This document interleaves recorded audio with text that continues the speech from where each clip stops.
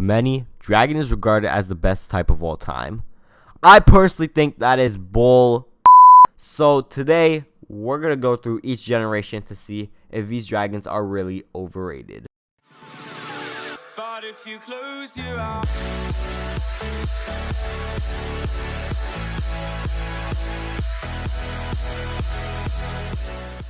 starting with Generation 1, there was only one true dragon Pokemon, being Dragonite. And more importantly, only one dragon type move, being Dragon Rage. In this Generation 1 metagame, this Pokemon is actually pretty good. It mainly used Wrap and Hyper Beam. This Pokemon pretty much had zero stat because Dragon Rage always did a fixed amount of damage.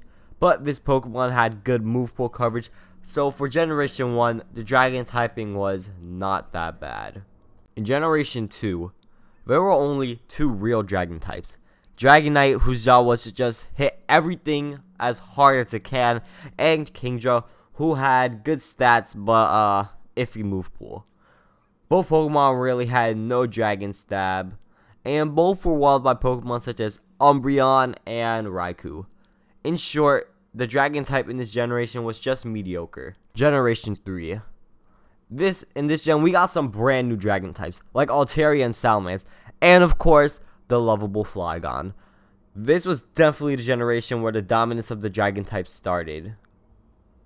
Pokemon like Flygon and Salamence really were not capable of using Dragon Stab because Dragon was special, but they still had pretty good coverage. Wait, what am I saying? They were both in OU. The Lati twins were also amazing in this generation. Overall, this was a pretty good generation to be a Dragon type.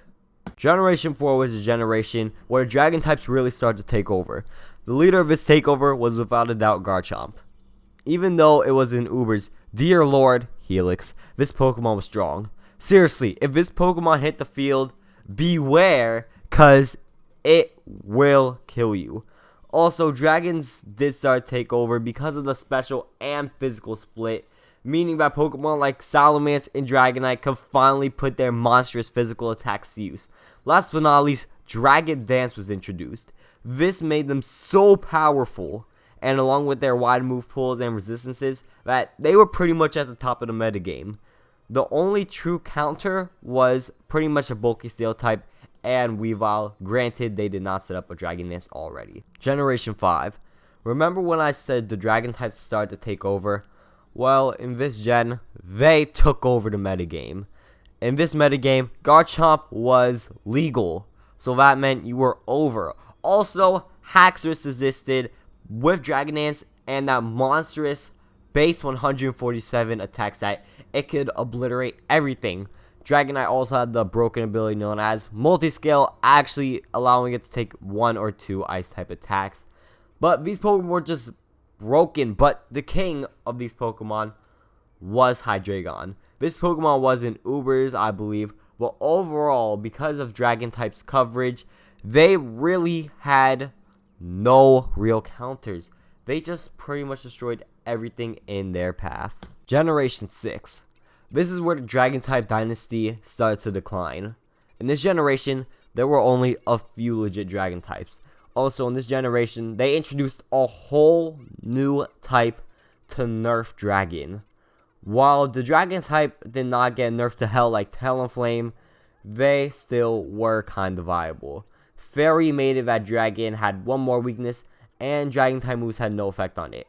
In short, Dragon answers were still somewhat relevant, but with the fairies, their presence was just not as large. Generation 7. This is going to be the final generation we're going to be covering. But as of now, the metagame has not been complete. But let's still talk about it. Dragon types are just average in this generation. This is mainly because of the Tapus.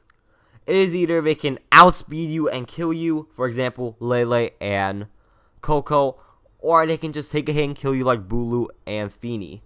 All the Dragons types, they're good for sweeping or being Choice Scarf users, but at this point, the Dragon types are just being outclassed by the Tapus, Landers, Furion, or Ultra Beasts like Celesteela. The verdict. My final say is that now they have become overrated. They are decent. They will always be given great stats and wide move pools. But unlike the previous gens, now they actually have hard counters. Dragons are just no longer on top. Now, who is currently on top of the metagame? That is for you guys to decide. So make sure to comment it down below. That's the video. Make sure to like and subscribe for more content. If we hit 200 subscribers, I will do something crazy. Alright guys, that is the video. Have a good day.